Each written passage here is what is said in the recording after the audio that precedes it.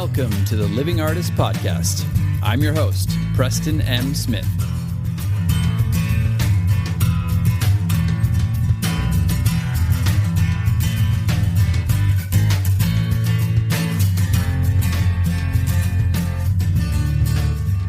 Hey, everybody.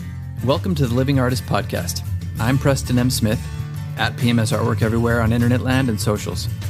I want to thank you for landing on this podcast. Whether you're a professional artist, just getting started in the art world, a collector of art, or just consider yourself a creative person, this podcast has something for you. I like to think of it as a fun way to rant and talk to other creative people about living the life of an artist, surviving and getting ahead in the art world, and enjoying your life. But most importantly, not waiting until you're dead to make it happen. All right, let's get started.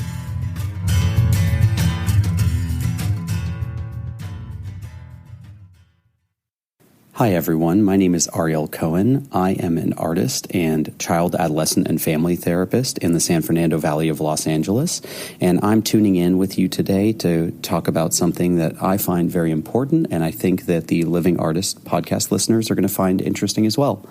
So I just want to start by giving a quick shout out to Preston for having me on the pod, and to the Living Artist, which I find incredibly inspiring, as well as you, the listeners, for having me. So thanks for that, for having me in your ears.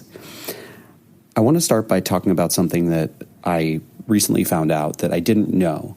I was taking a 3-month intensive art workshop with one of my mentors, Christine Shoemaker, and she recommended a book to us called Art/Work. Some of you may have heard about it. It's essentially a book, a how-to about all the various facets of the art world that artists might not know about. And there was a section that talked about artists and day jobs. And something that I didn't know is that there are many working artists out in the world today who maintain a day job for various reasons. I happen to be one of those artists, and yet in some ways I still felt very isolated by the fact that I had reasons that I had to keep my day job that I'll talk about in a little bit. But it was really comforting to me to hear that there's a lot of value in having a day job, and that there's reasons why artists end up keeping it, and that it doesn't make you any less of an artist. So I'm here to share that story and to talk a little bit about that. So let me first tell you a little bit about myself and about my background. I came to the art world late. I always made art as a kid, and it was something that I found very important. And as I was growing up and I went to college, I continued to create in various ways, whether it was through music or through fine arts. And by the time that I realized that I wanted to take my career as an artist more seriously, I already had a career as a therapist as well. And it's something that I particularly love doing, and I didn't want to give up. That brings me to the topic of why there are a lot of different reasons that people might keep a day job. For me, that reason had a lot to do with the investment that I put into being a therapist, the fact that I really enjoyed being a therapist, and the fact that my wife and I had young children, and it was particularly important to have a certain sense of stability in our life, at least in this phase right now. This is not in any way to dissuade people from taking, quote-unquote, the leap. I know that Preston has talked a lot about taking the leap of faith and going out there and taking a crack at being a full-time artist, and I think there's a lot of value in that. I'm just sharing another perspective because for me, I've been on my own journey to find myself as an artist and to allow myself to have a multiplicity of identities, so to speak, in the sense that I'm both a therapist and an artist. I love doing both, and that I don't want to give up either, and there's a balance that comes with it. Day jobs have a lot of value, or at least they can. I mean, I know Preston hated his day job, and I'm glad that he doesn't do it anymore. But for me, I find that the balance of being in the office talking with clients versus being in my studio alone by myself is a really nice balance for my extroverted and my introverted side, because we all have a little bit of both. Also, being a therapist serves as a big source of inspiration for me, because I learn a lot about people's lives, and I gather information that I end up using in the studio, knowingly or unknowingly. And then lastly, being a therapist provides a certain degree of financial security for me and helps me to feel a sense of freedom when I'm creating art. So I really enjoy that aspect of it as well. And again, this is just my story. Everybody has their own story, but I wanted to provide the perspective for any artists out there who are struggling with their identity around this and might be feeling like they're quote unquote less than because they have to keep a day job or they're choosing to keep a day job.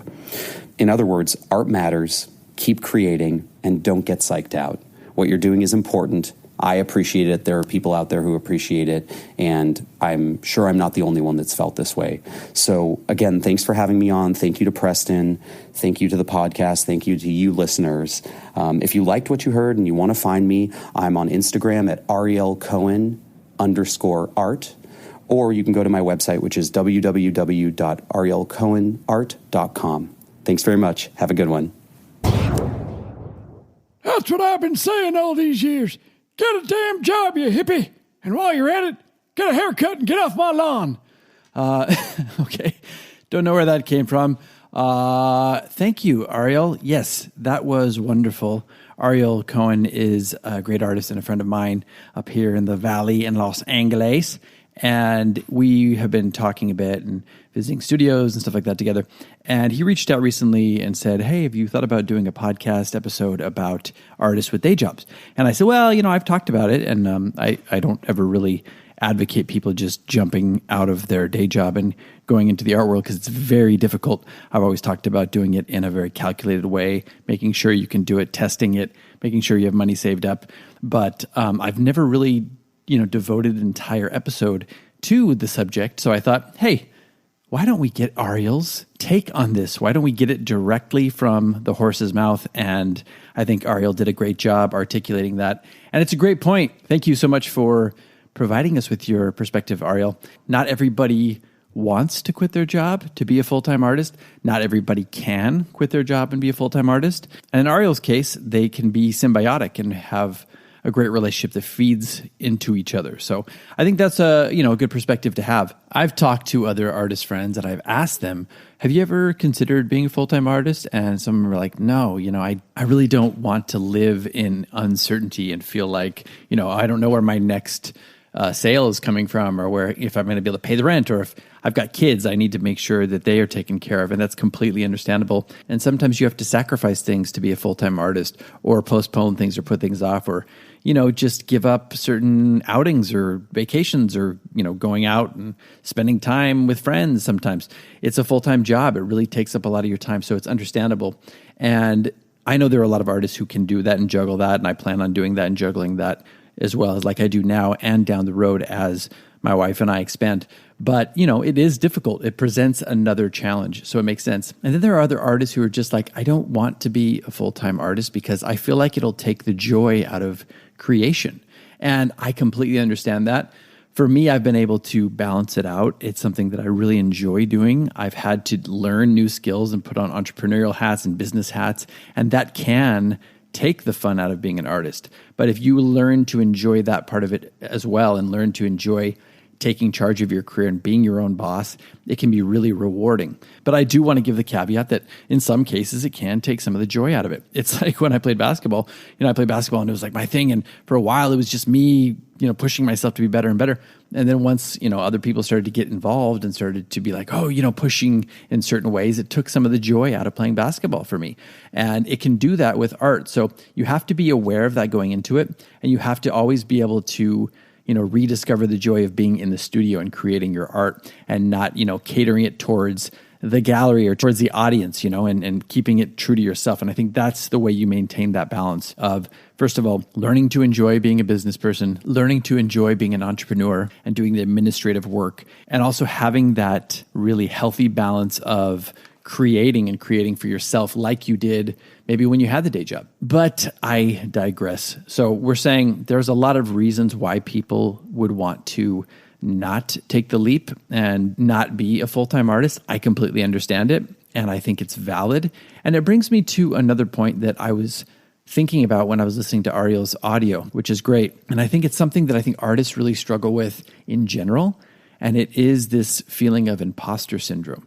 And I don't mean like, the people who keep their day jobs struggle with, imposter syndrome. The people who quit their day jobs struggle with imposter syndrome too. People on social media struggle with that. To quote Ariel, we always struggle with this feeling of feeling less than, or the grass is always greener, or, we have FOMO or whatever. Like we're not as good, or we're not as far along in our career, or we're not doing our career properly like so-and-so is. That's something that we all have to really struggle with. And more than anything else from this episode, I really wanted to highlight and underscore the fact that I think it's important for us all to feel secure in what we are doing and have self-love and cultivate self-love, and know that wherever you're at in your career, if you're just starting, if you are, struggling with a day job that you hate and you want to be a full-time artist, or you have a day job that you love like Ariel and you want to do art, on the side, or you want to kind of have a symbiotic relationship, like I said, with your art and your day job, that's great. I think the main thing is just to embrace that and to not get fooled by what you are seeing and bombarded with on social media, or what you're reading in books, or what you're seeing in movies or documentaries. Everything that you hear is one path. It is not the path. So I want to say that again. It is one path. It is not the path. So I think we all can take that away from this episode and really take it to heart and go, yeah, I am enough. What I'm doing is enough. Even if you have goals and you want to eventually quit your day job, or you're just, juggling the day job and your art and you love it and you are struggling with how other people are perceiving you, I think the main thing is to understand that we all have value. Our art has value. I say it at the end of the podcast, and I really mean that. We all have value. Our art has value. Our expression has value. No matter what stage you're in, no matter what your job or family or whatever situation is, you have value. Your art has value. And the main thing to consider when you're doing this and when you're looking at this is, how can you use your situation to further your art and to further your expression and to deepen your expression as an artist? With Ariel, he uses his practice to deepen his artistic expression.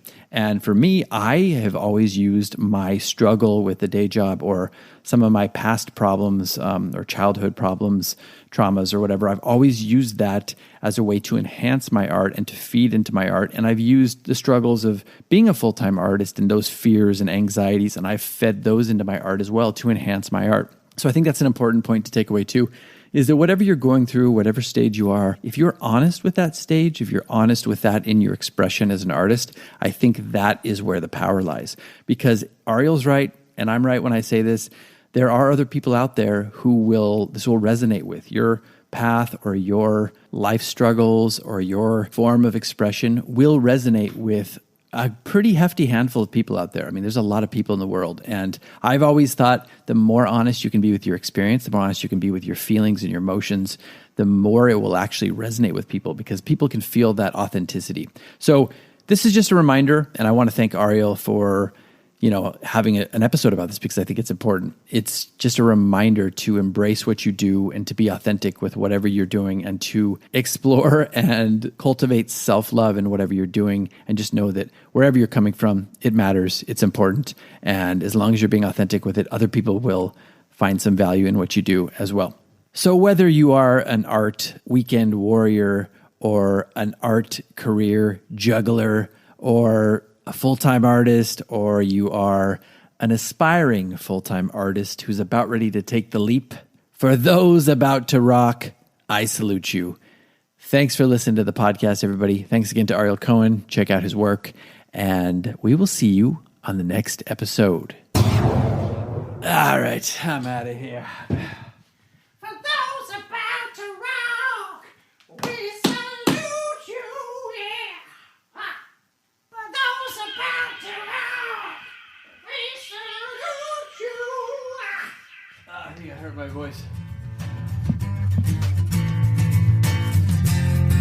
This has been the Living Artist Podcast. Thank you so much for listening. I just want you to know that I appreciate you being here, and I'm grateful to be in your ears. Your art and creative life on this planet is meaningful, so thank you for sharing it with me. If you like this podcast, whatever platform you're listening to it on, please subscribe and share it with your friends. You can also leave me a positive review to show your support. This helps me to reach more people with the algorithmic magic and keep the show going strong. If you want to see more of what I do and check out the art that I create, you can visit my website at www.pmsartwork.com, or follow me on social media everywhere at PMS Artwork. That's it for now. See you back here next time.